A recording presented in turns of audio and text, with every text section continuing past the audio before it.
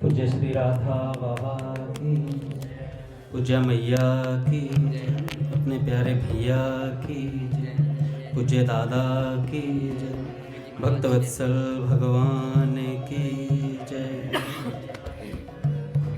श्री राम जय जय राम।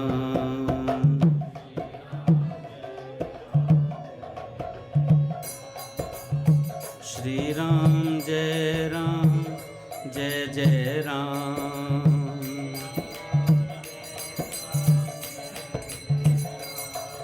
श्री राम जय राम।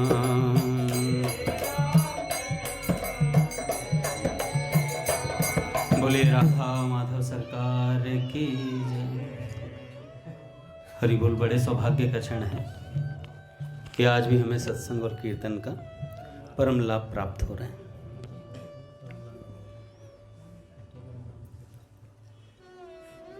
श्री विनय पत्रिका का नाम महिमा से गोस्वामी तुलसीदास जी महाराज का एक पद का अर्थ हम नित्य पढ़ रहे हैं। अभी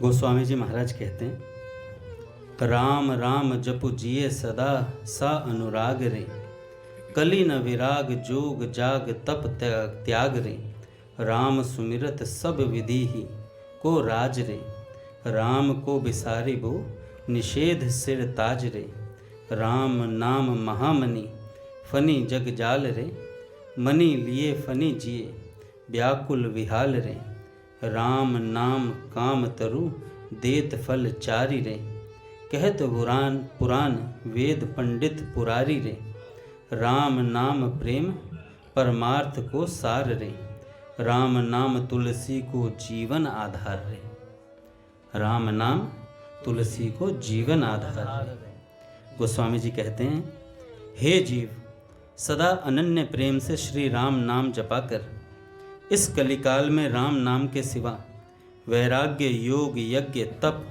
और दान से कुछ भी नहीं हो सकता। शास्त्रों में विधि निषेध रूप से कर्म बतलाए हैं। मेरी सम्मति में श्री राम नाम का स्मरण करना ही सारी विधियों में राज विधि है और श्री राम नाम को भूल जाना ही सबसे बढ़कर निषिद्ध कर्म है। राम नाम महामणि है और यह जगत का जाल सांप है। जैसे मणि ले लेने से सांप व्याकुल होकर मर सा जाता है, इसी प्रकार राम नाम रूपी मणि ले लेने से दुख रूप जगत जाल अपने आप ही नष्ट प्राय हो जाएगा। अरे, यह राम नाम कल्प वृक्ष है। यह अर्थ धर्म काम और मोक्ष चारों फल देता है। इस बात को वेद पुराण पंडित और शिवजी महाराज भी कहते हैं। श्री राम नाम प्रेम और परमार्थ अर्थात भक्ति मुक्ति दोनों का सार है और यह राम नाम इस तुलसीदास के तो जीवन का आधार ही है। तो भैया, राम नाम सदा जपो।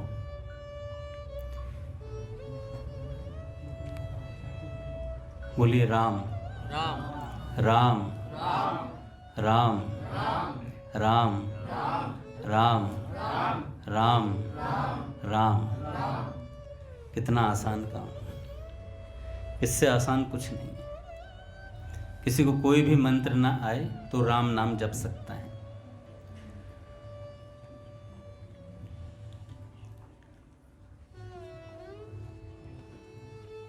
आज मन था कि सेठ जी की, दादा ने कहा था कुछ सेठ जी के बारे में जरूर बताना,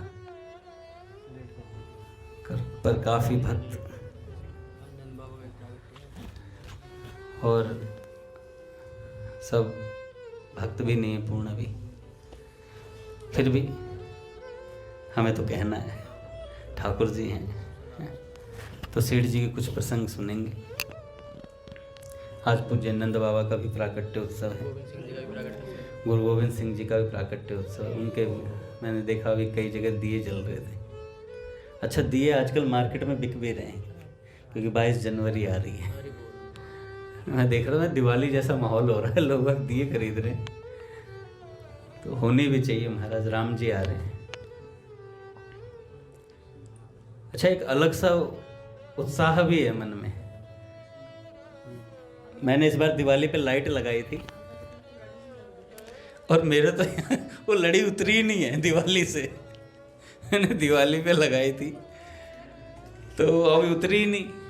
मैंने कहा चलो अब हो सकता है दूसरी दिवाली मनानी है इसलिए आ रही है, तो अब हर साल यही हुआ करेगा। 22 जनवरी को दिवाली जरूर मिलेगी हर साल, और लाइट तभी उतरेगी उसके बाद। 22 जनवरी के बाद ही उतरेगी लाइट।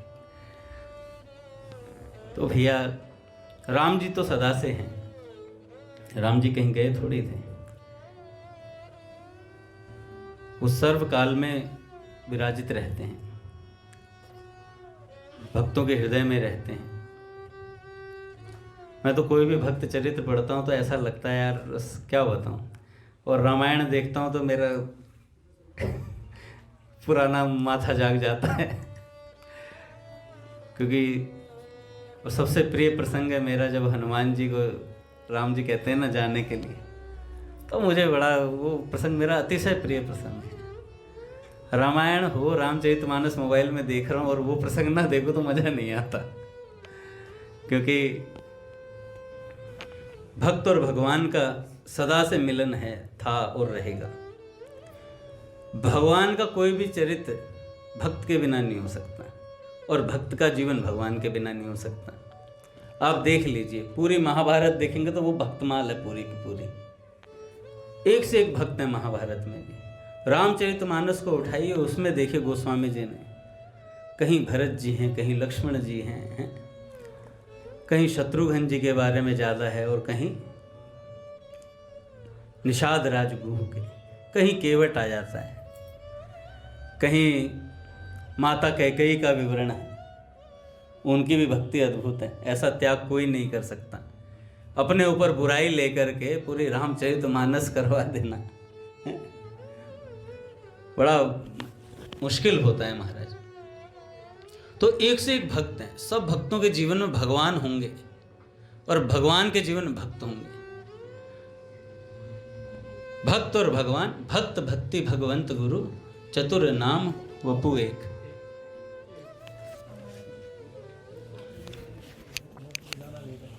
तो सेठ जी के कुछ रहस्यात्मक प्रसंग हम सुनते हैं।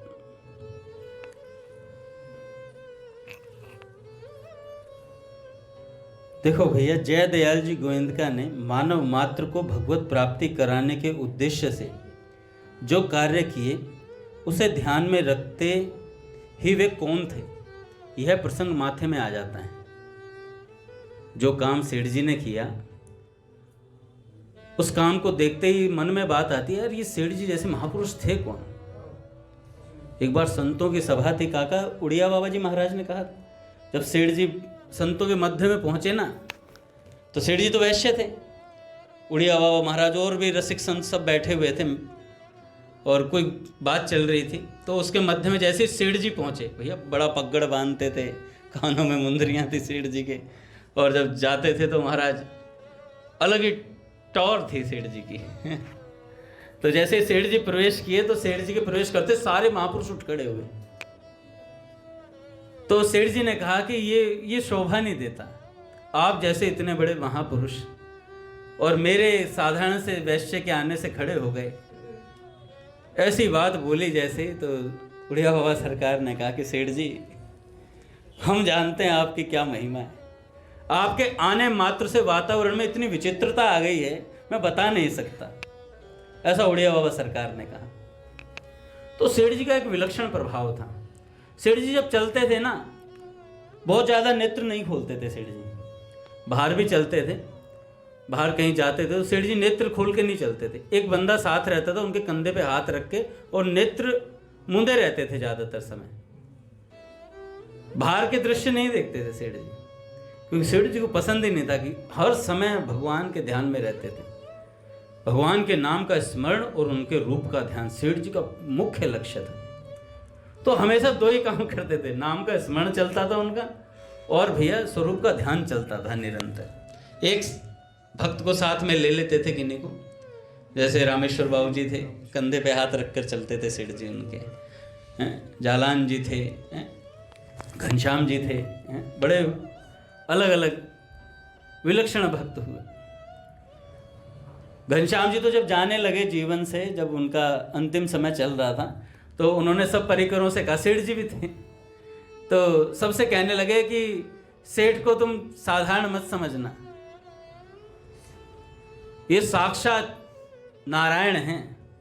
ऐसी बात बोली तो सेठ जी ने कहा कि तुमने तो जीवन भर मानी नहीं मेरी बात, वरना गीता प्रेस का और ही स्वरूप होता। तब सेठ जी ने कहा, पर फिर भी कोई बात नहीं, जीवन के अंतिम क्षण में तुम्हें ये बात समझ में आ गई, ये इसी से काम हो जाएगा तुम्हारा, इसी से काम हो जाएगा। ऐसी बात घनश्याम दास जी जादन को उन्होंने सेठ जी ने कही, कहा कि तुमने मेरी बात नहीं मानी, पर अंत समय में तुम्हारी मति आ गई, बहुत बढ़िया बात है।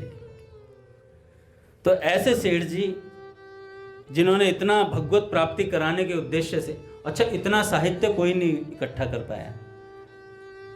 गीता प्रेस की स्थापना हुई कि एक से एक पुस्तक, महाराज सारे ग्रंथ, सारे पुराण, और गीता प्रेस, वो जो गीता जी थी ना, बहुत महंगी मिलती थी पहले। सेठ जी ने इसमें लिखा हुआ था पुस्तक में कि गीता जी बहुत महंगी मिलती थी और साधारण व्यक्ति समझ भी नहीं पाता था, उसका अर्थ ही नहीं होता था। बाकी संस्कृत में मिलती थी और वो बहुत महंगी मिलती थी। सेठ जी ने 2-2 रुपए में, 1-1 रुपए में, हर के जेब में मिलती है। अब तो जेब में भगवत गीता, इतने से। अभी तो एक कागज भी आता है जिसको हम डिबिया में बंद करके गले में टांग लेते हैं, वो इतना सा फोल्ड कर देते हैं और उसमें आ जाता है हमारा। सोचो, पूरी भगवत गीता, 700 श्लोक, भगवान की वाणी। वो भैया कथा सुनाते हैं ना, एक फौजी था और जा रहा था, फौजी जा रहा था, तो महाराज रास्ते में किसी माताजी ने रोक लिया और जय हिंद करके जीवन जय हिंद हो गया। उन्होंने कहा, मैं आपसे विवाह करना चाहती हूँ। फौजी ने कहा, ठीक है, कर लेते हैं, क्या दिक्कत है।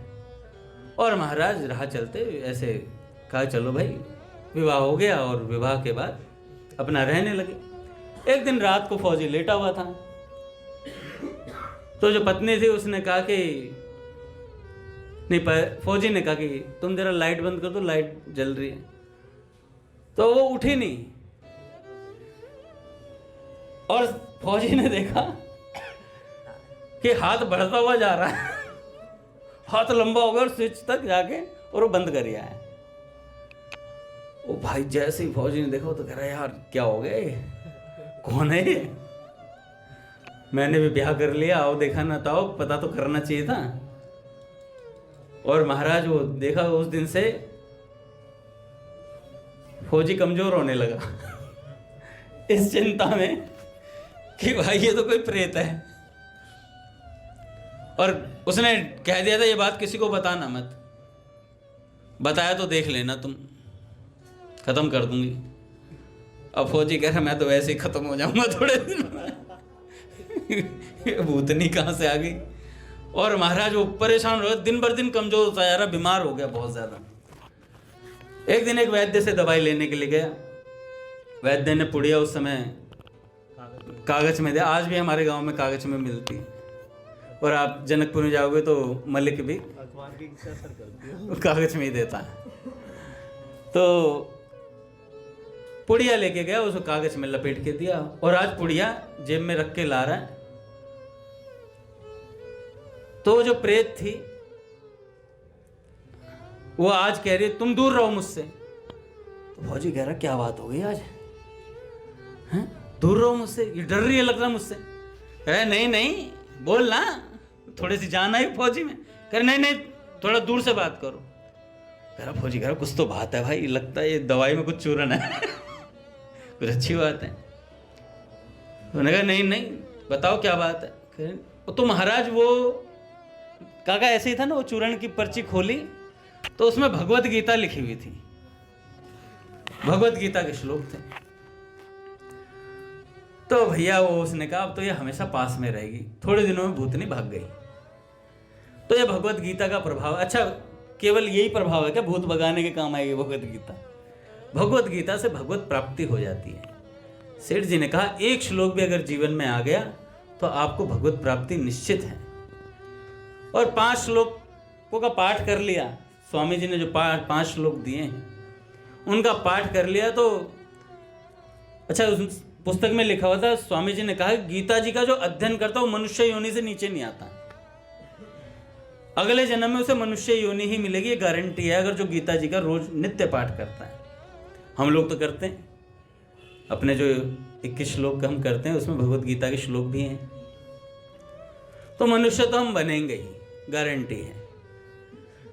पर गारंटी का लाभ ये है कि हम अगला मनुष्य जन्म क्यों लें। सेठ जी कहते थे एक बार, गीता नंबर 7 में सेठ जी ने कहा था कि आज से मेरी आप बात मान लो, आप सबका कल्याण निश्चित है, मेरी एक बात मान लो बस।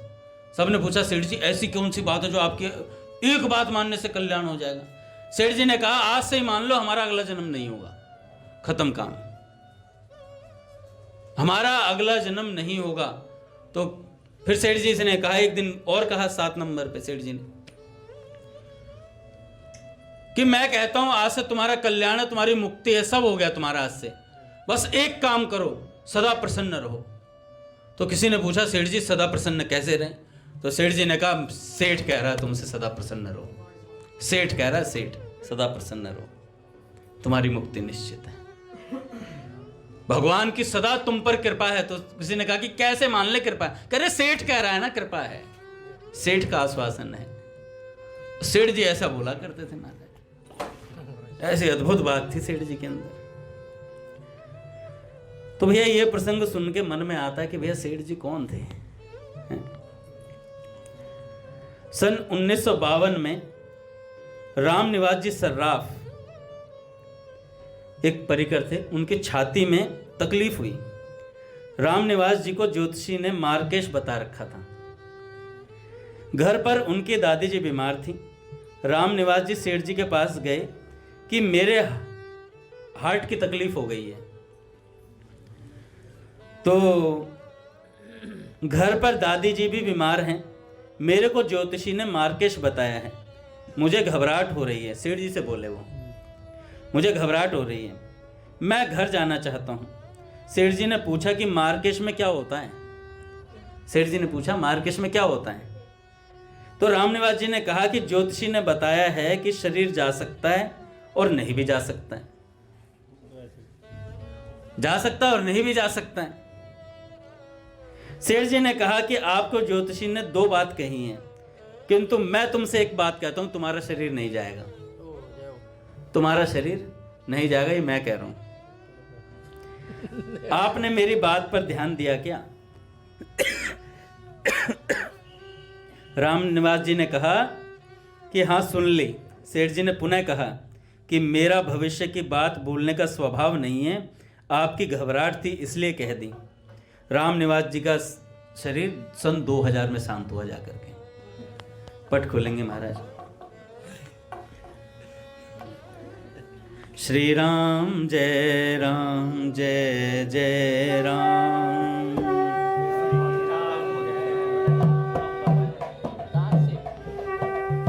श्री राम जय जय राम।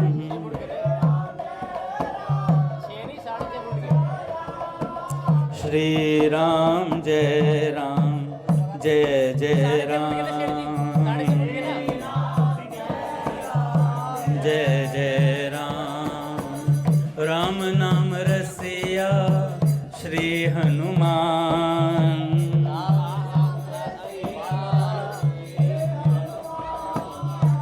अवध सरयू अति अभिराम।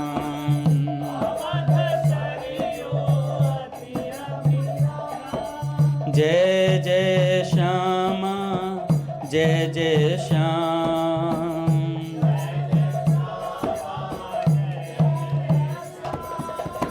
जय जय श्री वृंदावन धाम।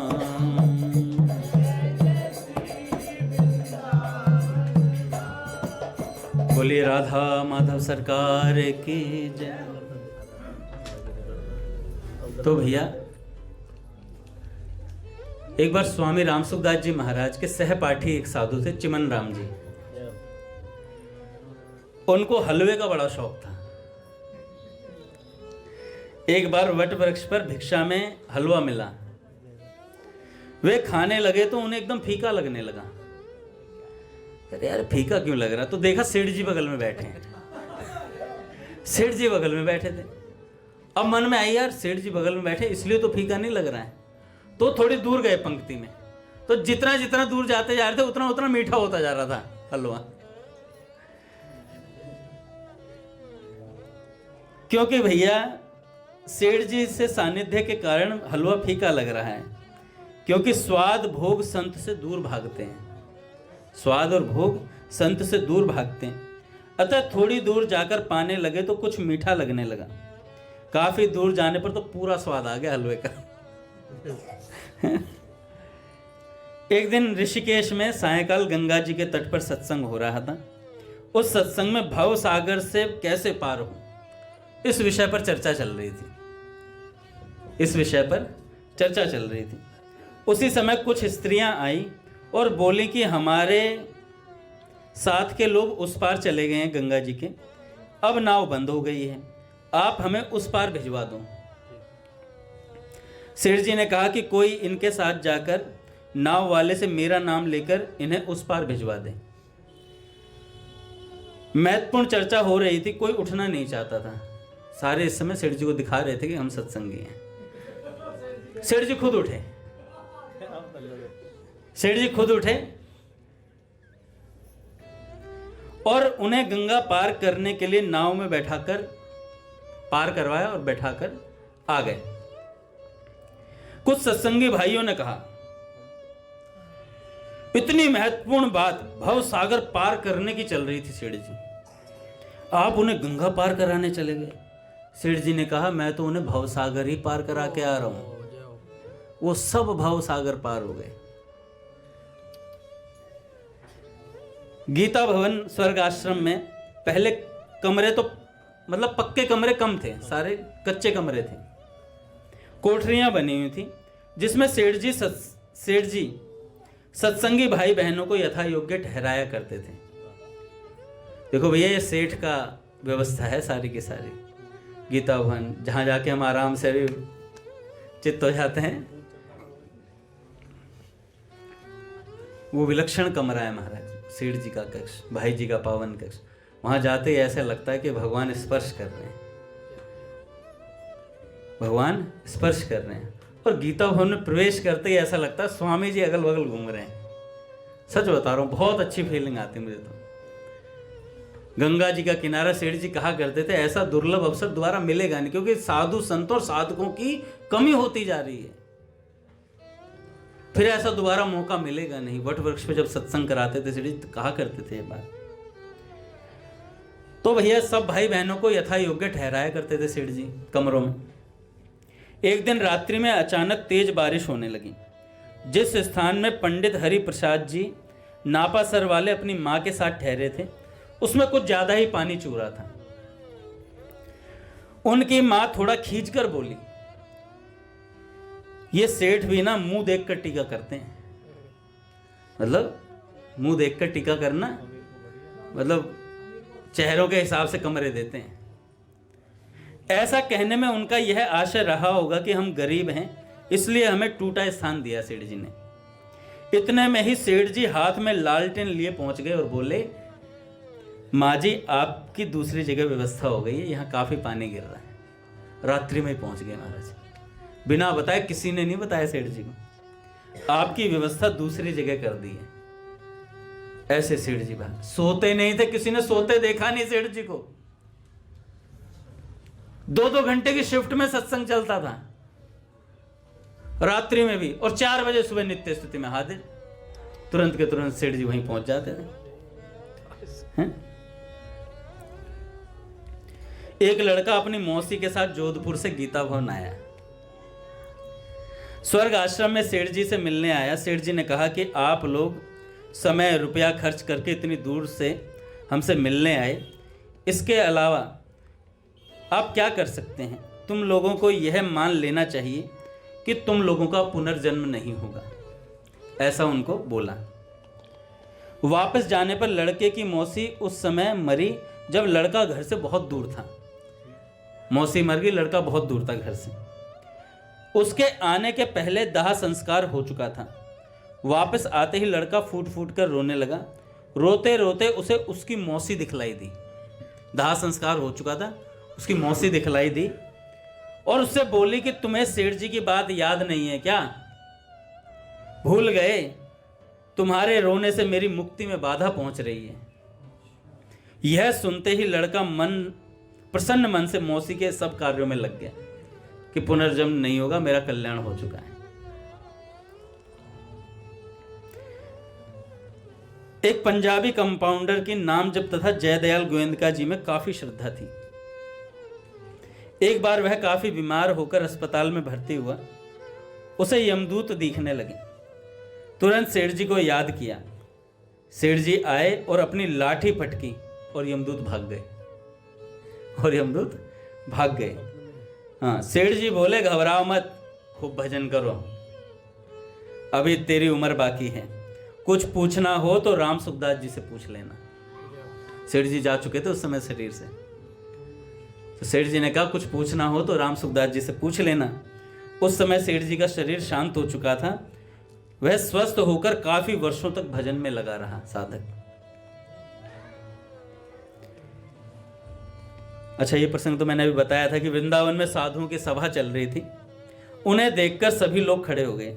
सेठ जी ने हाथ जोड़कर कहा, मैं साधारण वैश्य बालक, आप लोग खड़े हो गए, यह मेरे लिए लज्जा की बात है। सेठ जी ने कहा। उड़िया बाबा ने कहा, आप भले ही अपने को साधारण वैश्य माने या कुछ भी माने, किंतु आपके यहाँ पैर रखते ही यहाँ का वातावरण बदल गया। यहाँ का वातावरण बदल गया।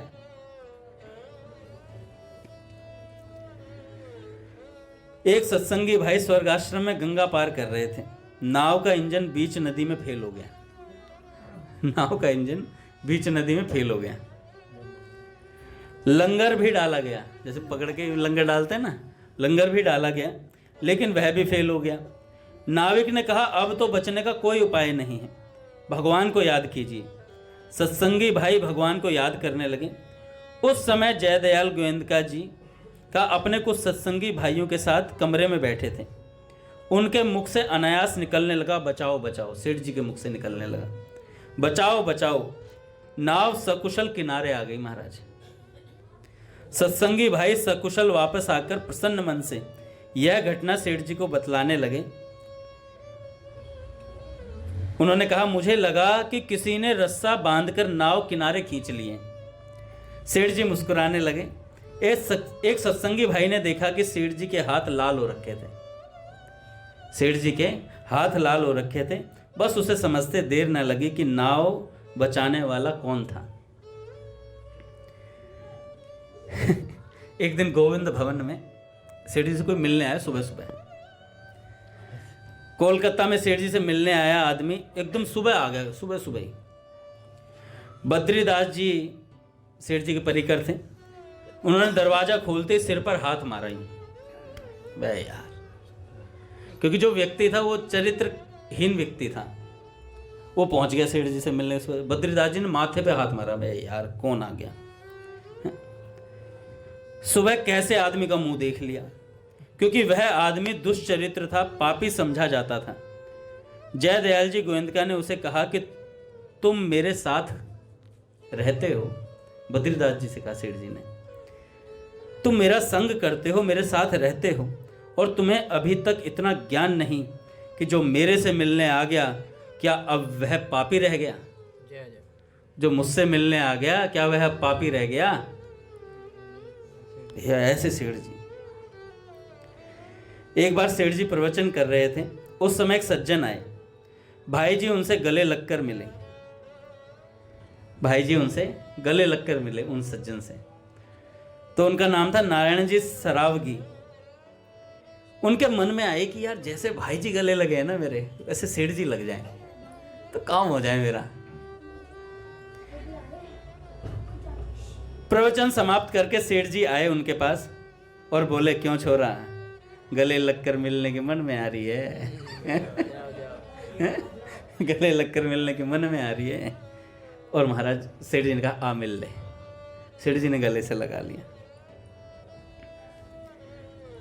एक बार सेठ जी की थाली में चूरमे के लड्डू की तरह की सामग्री परोसी गई, चूरमे के लड्डू। एक सत्संगी भाई के मन में आई कि क्या महात्मा है, चूरमा खा रहे हैं, स्वाद। सेठ जी तुरंत बोले, जैसे उसके मन में आए ना, सेठ जी ने बोले इधर आ बेटे, चूरमा नहीं है, इसमें ना तो घी और ना चीनी है, मेरे दांत में दर्द है इसलिए रोटी चूर कर लड्डू बना लिए बस। मेरे दांत में दर्द है इसलिए रोटी चूर कर बस उसके लड्डू बना के रखे हुए, इसमें घी भी नहीं है, चीनी भी नहीं, कुछ नहीं है।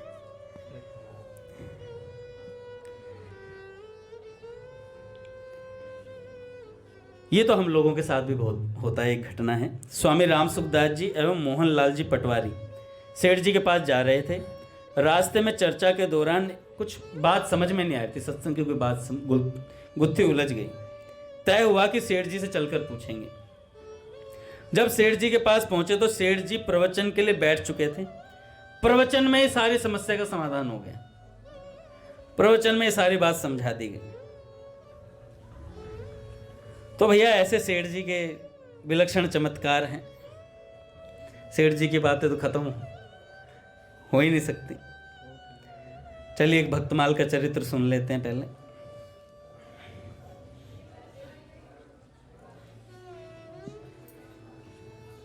सेठ जी ने एक बार कहा था, ध्यान से सुनेगा, बहुत आनंद की बात है। जैसे आज सुबह पढ़ी थी, मेरा माथा फिर से भजन में लग गया था, मन इधर उधर भगता है तो सत्संग पढ़ लेता हूँ। तो सेठ जी ने कहा, मनुष्य जीवन बड़ा अमूल्य है, इसलिए एक क्षण भी साधन के बिना नहीं बिताना चाहिए। आज तक जिस प्रकार शिथिलता पूर्वक समय बिताया गया है, भविष्य में वैसा नहीं बिताना चाहिए और सचेत होना चाहिए। जीवन बीतता जा रहा है, समय बहुत कम रह गया है। यदि इसी शिथिलता पूर्वक समय बीतते रहेंगे तो जिस परमात्मा की प्राप्ति के लिए मनुष्य शरीर मिला है उससे वंचित रह जाएंगे, उससे वंचित रह जाएंगे और फिर पश्चाताप के अलावा कोई काम नहीं बचेगा। इसलिए एक क्षण भी व्यर्थ ना चला जाए, इसके लिए ऐसा महान पश्चाताप करना चाहिए जिसके फलस्वरूप कभी दोबारा ऐसी भूल ना हो, दोबारा ऐसी भूल ना हो। एक भक्त हुए भक्तमाल में, श्री गिरधर लाल जी, गिरधर ग्वाल जी। गिरधर ग्वाल इसलिए नाम था कि वो गायें चराया करते थे। गायें चराते और गोचारण में उनका पूरा दिन लगभग बीतता था, यही काम था उनका। और मल्ल थे, मतलब पहलवान थे, बहुत अच्छे पहलवान थे। पर किसी से ऐसे बेफालतू में वो होता ना कि मैं जैसे जिम जा रहे हैं तो खपच्चियाँ निकल आती हैं 2 दिन में, तो आदमी टक्कर मारता चलता अगल बगल वाले, कोई कुछ कह ही दे, मैंने डोला बनाया उस पर आजमाई लूँ। तो ऐसा कोई शौक नहीं था, पहलवान थे, शरीर था अच्छा खासा। और एक बार वहाँ के जो राजा थे, राजा ने बुलाया, उनकी चर्चा सुनी थी, बहुत अच्छे पहलवान हैं, तो राजा ने बुला लिया अपने उसमें, भाई आओ हमारे यहाँ के अखाड़े के पहलवानों से लड़ो। तो जो ग्वाल थे तो उन्होंने कहा कि नहीं मैं लड़ता नहीं हूँ, ऐसे मेरे को शौक है इस तरीके से बेफालतू में किसी से लड़ने का। तो जो आसपास वाले होते हैं ना, उन्होंने खूब प्रेशर किया ग्वाल जी पे, अरे यार लड़ लो, राजा ने बुलाया, इतनी कोई बात। तो ग्वाल जी ने कहा ठीक है, आपके जितने पहलवान हैं उनमें सबसे जो ताकतवर है उसको भेजो मेरे पास और उससे कहो कि मेरी गर्दन पे मतलब वार करे। अगर मैं मतलब ऐसा कहा कि ये मेरी गर्दन मोड़ देगा तो मैं मान जाऊंगा ये बात, और फिर मैं एक प्रहार करूंगा। और भाई सबसे तगड़े पहलवान को भेजा गया। तो गर्दन, वो हाथ मतलब इस जगह मारते हैं, इस जगह पहलवान में कुछ दांव होता है, तो उस दांव को मारा तो ग्वाल जी की नाक से खून आ गया, नाक से खून आया। और जैसे खून आया ग्वाल जी ने कहा कि अब मेरी बारी है, और एक चांटा मारा महाराज, भर के मारो खूब जोर से, प्राण निकल गए तत्काल प्राण निकल गए। राजा आया, कहने लगा ग्वाल जी हमारे यहाँ रह जाइए। ग्वाल जी ने कहा ऐसा कोई शौक नहीं पाला, जी हजूरी का शौक हमने पाला ही नहीं, ये तो आपने कह दिया इसलिए हो गया काम। ग्वाल जी की संतों के चरणों में भी बड़ी निष्ठा थी, संतों का चरणोदक लेते थे। अच्छा, मरे हुए संत का भी चरणोदक लेते थे। मरे हुए संत का भी चरणोदक लेते थे। तो गांव के लोगों ने एक बार देखा कि वो मरे हुए किसी संत का चरणोदक लेके जा रहे, तो सबने जाकर शिकायत कर दी राजा से, भाई ऐसी ऐसी बात, मरे हुए संत बताओ ये क्या। तो ग्वाल जी ने कहा कि भैया मरे हुए तुम्हारे लिए, संत कभी मरते नहीं है, संत कभी मरते नहीं है। उन्होंने चरणोदक पी लिया। कहा कि ऐसी कोई बंदिश नहीं है हमारे ऊपर, तुम्हें समझ में नहीं आती है संतों की महिमा, समझो इसे बैठ करके। और सत्संग से लोगों को समझाया कि संत कौन होते हैं। भक्तमाल में आता है चारण भक्त श्री ईश्वर दास जी का चरित्र। अच्छा, ये छोटे छोटे चरित्र बहुत काम के होते हैं, बहुत अच्छी चीज समझ में आती है। मैं कई दिनों से भक्तमाल का जब अध्ययन करता हूं तो मेरे को समझ में आता है कि छोटे छोटे चरित्रों से संत महिमा प्रकट होती है। ईश्वर दास जी जो थे जोधपुर के रहने वाले थे। पिता का नाम सूजा और माता का नाम अमरबाई। इनके गुरुजी हुए श्री पीताम्बर भट्ट जी। और जामनगर की एक कन्या से इनका विवाह हुआ था। इनकी जो पहली पत्नी थी वो मर गई थी, दूसरी जामनगर की किसी मतलब सेठ की लड़की से इनका विवाह हुआ। और विवाह होने के बाद वो जामनगर में रहते थे। तो एक दिन वहाँ के राजा ने बुलाया। गाते बहुत सुंदर थे ईश्वरदास जी, बहुत सुंदर गायन करते थे। तो राजा ने कहा भाई कुछ गा के सुनाओ। तो ईश्वरदास जी ने राजा की बड़ाई में कुछ संगीत में गा करके सुनाया। तो वहीं पर पीताम्बर भट्ट जी थे, वो बैठे हुए थे। तो पीताम्बर भट्ट जी अनमने से हो गए, क्योंकि ईश्वरदास जी ने गाया तो अनमने से हो गए और कोई बड़ाई नहीं करी। तो जो ईश्वरदास जी थे उनके मन में आया कि ये मुझसे चिढ़ते हैं, इसलिए अनमने हो गए, ये मुझसे चिढ़ रहे हैं, ना कोई बड़ाई ना कुछ दाग ना कुछ है, बस ऐसे ही निकल गए। तो उनके मन में आई ये मुझसे चिढ़ते हैं और मैं इन्हें मार दूंगा जान से। ईश्वरदास जी के मन में आ गई।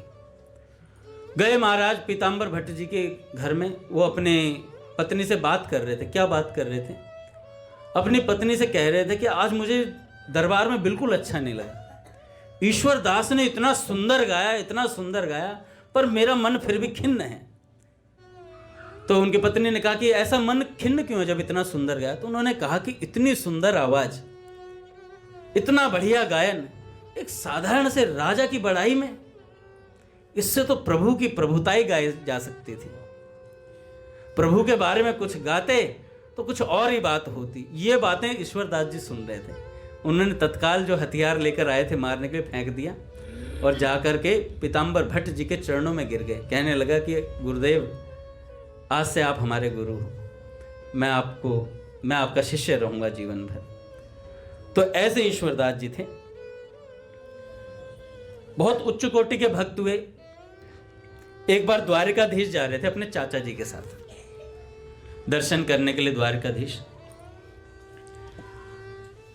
रास्ते में क्या हुआ कि भूख लगी, जंगल था तो खाने के लिए कुछ व्यवस्था थी नहीं। तो ईश्वरदास जी ने कहा कि चाचा ऐसा करते खिचड़ी बनाते हैं। तो उन्होंने गर्म पानी चढ़ा दिया। तो जो चाचा थे वो इधर उधर गए और उन्होंने कहा कि चावल दाल वगैरह कुछ नहीं, नमक वगैरह कुछ नहीं मिला, खिचड़ी के खाली पानी में क्या बनेगा। तो उन्होंने कहा चिंता क्यों करते हो, भगवान है ना। और महाराज इतने में एक बंजारा आया और सारा सामान लेकर के आया। बंजारे के रूप में साक्षात भगवान थे, द्वारिकाधीश। और आकर के खिचड़ी बनाई और खाई साथ में बैठ करके, साथ में बैठकर खिचड़ी खाई। अच्छा, ईश्वरदास जी समझते थे ये भगवान के अलावा कोई नहीं हो सकता। बंजारे के रूप में आए थे।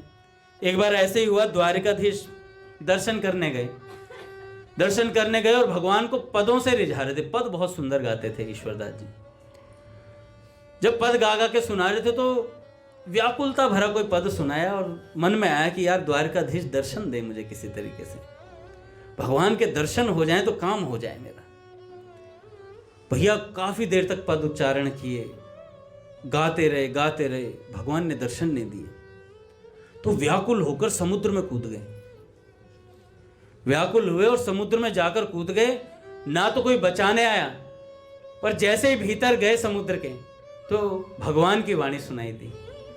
भगवान ने कहा, ईश्वरदास इतना व्याकुल ना हो, धैर्य धारण कर, मैं तेरे घर तुझे दर्शन देने आऊँगा, मैं तेरे घर आऊँगा तुझे दर्शन देने, तो चिंता मत कर, बस एक काम कर, तूने संतों के लिए जो पैसा इकट्ठा किया है संत सेवा के लिए, जाकर संतों की सेवा करना, और जा अब मेरे मंदिर में द्वारकाधीश में सुबह सुबह जब जाएगा ना तू, तो तुझे विशेष चीज़ मिलेगी वहाँ से। तो वहाँ पर द्वारकाधीश जी के मंदिर गए तो पंडा जी ने, भगवान ने कुछ आदेश दिया था कि ईश्वरदास मेरा भक्त आएगा तो उसे कुछ दे देना विशेष। तो एक बात कहा करते थे, सखा भाव के थे ईश्वरदास जी, तो कहते थे भगवान से, कह ईसर रे ईसरा खोल पर्दा यार, ईश्वरदास के ईश्वर पर्दा खोल यार, कह ईसर रे ईसरा खोल पर्दा यार, मैं आया तुझ कारणे दिखला दे दीदार, मैं तेरे कारण आया हूं, दिलदार हैं, दीदार करा दे अपना। तो भैया तो दर्शन करने के लिए जा रहे थे ऐसे, एक बार द्वारकाधीश जी के, फिर दोबारा तीसरी बार थी, तो दर्शन करने जा रहे थे, तो ये पंक्ति बोली, पट उस समय बंद हो चुके, पट खुलने वाले नहीं थे, पट खुलने वाले थे 1-1.5 घंटे बाद। तो जैसे ही ये बात बोली ना, है दर्शन दे दिलदार, और तो जैसे ही पट उसी टाइम खुल गए, पट उसी टाइम खुल गए, पंडे सारे चौंक गए, यार ये तो कोई टाइम नहीं था पट खोलने का, कोई टाइम नहीं था पट खोलने, पट खुल गए महाराज। फिर पंडा जी को बताया कि ईश्वरदास जी नाम के भक्त आए, तो उन्होंने कहा फिर हो सकता है, फिर हो सकता है ऐसा। तो भैया ईश्वरदास जी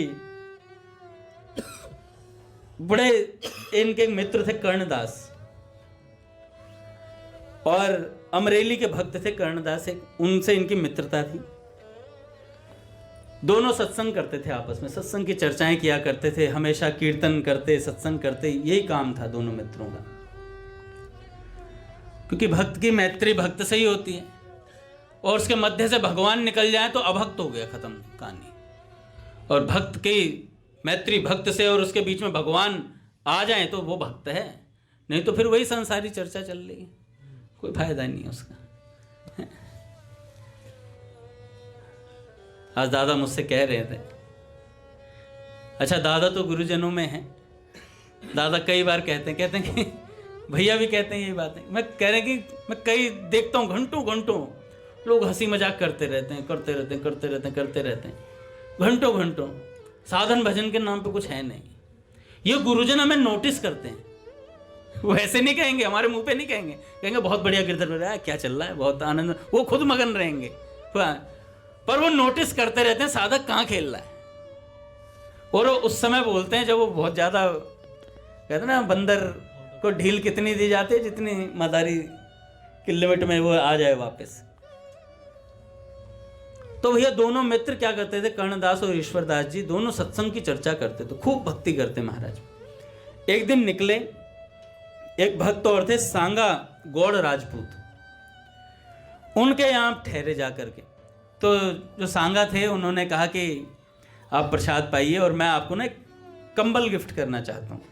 तो उन्होंने कहा ठीक है कंबल ले लेंगे, पर पहले हम अमरे जहाँ से आए थे वो कह रहे हम जा रहे हैं वहाँ पे और कुछ काम है, वहाँ से वापस आएंगे, क्योंकि कंबल बनने में कुछ काम बाकी था, कंबल बना तैयार नहीं हुआ था, उन्होंने खुद बना रहे थे, तो उसमें कुछ कार्य बाकी था। तो उन्होंने कहा कि हम वापस आएंगे तब ले लेंगे। तो कर्णदास जी और ईश्वरदास जी दोनों चल दिए, पहुंचे अमरेली। तो अमरेली पहुंचे तो वहां पर कर्णदास जी को सांप ने डस लिया, और सांप के डसने से कर्णदास जी की मृत्यु हो गई। और भैया किसी की मृत्यु हो जाए तो घर वाले और आसपास वाले जो उनके स्नेही होते हैं खूब रुदन करते हैं। ईश्वरदास जी ऐसे अद्भुत भक्त थे, उनसे ये पीड़ा सहन नहीं हुई कि कर्णदास चले गए। उन्होंने भगवान से एक पुकार लगाई और भगवान से कहा मुझे अपना मित्र चाहिए वापस। महाराज तत्काल कर्णदास खड़े हो गए, उसी समय उठे हुए खड़े हुए और महाराज फिर चल दिए, ईश्वरदास जी के साथ गए। तो महाराज वापस जा रहे थे तो वो सांगा जी के यहाँ वापस पहुंचे।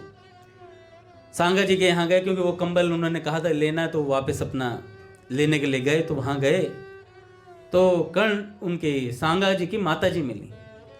माता जी ने कहा कि आप पहले प्रसाद पा लीजिए। तो ईश्वरदास जी ने कहा नहीं, पहले सांगा जी के दर्शन करेंगे, उनसे बात करेंगे, उसके बाद पाएंगे। कहे नहीं, पहले आप प्रसाद पा लीजिए, कुछ ले लीजिए प्रसाद में, उसके बाद बात करेंगे। तो उन्होंने कहा नहीं नहीं, मैं प्रसाद तभी लूंगा जब सांगा के दर्शन कर लूंगा। तो उनकी माता जी रोने लगी सांगा की।